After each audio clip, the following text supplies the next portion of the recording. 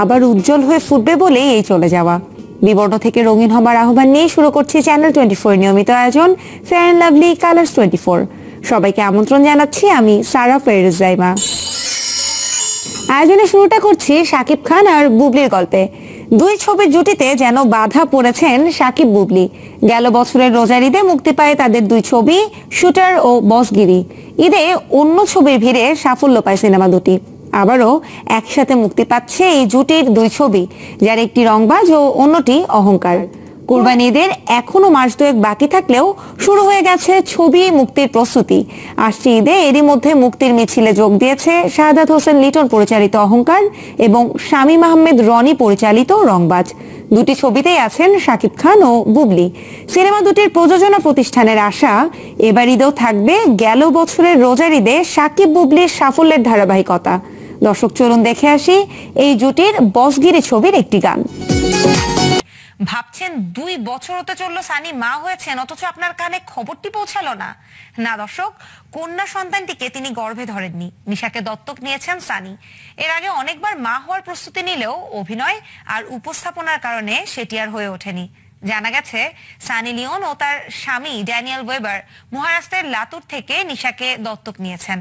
সম্প্রতি এ খবর টুইট করে জানিয়েছেন বি টাউনের আরেক অভিনেত্রী শার্লিন চোপড়া, যেখানে মা হওয়ায় সানিকে অভিনন্দনও জানান তিনি। সেই টুইটের জবাবে শার্লিনকেও ধন্যবাদ জানায় সানি লিওন।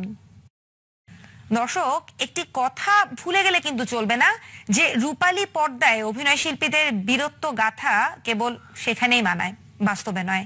প্রায় শোনা যায় সিনেমার ঝুঁকিপূর্ণ দৃশ্যগুলো বাস্তবে রূপ দেওয়ার কথা, যা করতে গিয়ে প্রাণ হারান অনেকে। এবার বাহুবলী ছবির আবারও স্বাগত ফেয়ার অ্যান্ড লাভলি কালার্স 24-এ। এবারের গল্পটা স্বপ্ন পূরণের। মুক্তি পেল বলিউডের শক্তিশালী অভিনেতা অনুপম খেরের 500তম ছবি দ্য বিগ সিক। এই ছবিতে অভিনয় করে তিনি পূরণ করেছেন সিনেমাটির স্ক্রিপ্ট রাইটার কুইমেইল নানজানির বাবার স্বপ্ন। ষাটোর্ধ্ব বৃদ্ধের স্বপ্ন ছিল তার চরিত্রে অভিনয় করবেন অনুপম খের। আবেগী এই বিষয়টির কারণে চিত্রনাট্য না পড়েই ছবিতে অভিনয় করেন গুণী এই অভিনেতা। ছবির প্রচারণায় অনুপম শেয়ার করেছেন তার দীর্ঘ 4 দশকের পথ চলার গল্প। সম্প্রতি মুক্তি পেয়েছে তার 500তম চলচ্চিত্র। হলিউডের ছবি দ্য বিগ সিকে তার অভিনয়ের কাহিনীটি অনেকটা গল্পের মতো। কুমেলস এক্স এজেন্ট প্রিয়াঙ্কা, তখন ভোরবেলা মর্নিং ওয়াক করছিলাম, ফোনে কল এলো আমার এক বোনের। সাধারণত এ সময় আমাকে কেউ কল করে না, তাই একটু হতভম্ব হয়েছিলাম। কুমেল নানজানি তার চলচ্চিত্রে আমাকে নিতে চায়, যেটি তার বাবাকে নিয়ে নির্মিত হচ্ছে। বাবার চরিত্রটি আমাকে করতে হবে। আরো অবাক করা বিষয়, কুমেলের বাবারও নাকি ইচ্ছে ছিল আমাকে নেয়ার। আমি কুমেলকে চিনতাম না, নম্বর সংগ্রহ করে তাকে ফোন দেই। তবে কুমেল বিশ্বাসই করতে পারেনি আমি ফোন দিয়েছি।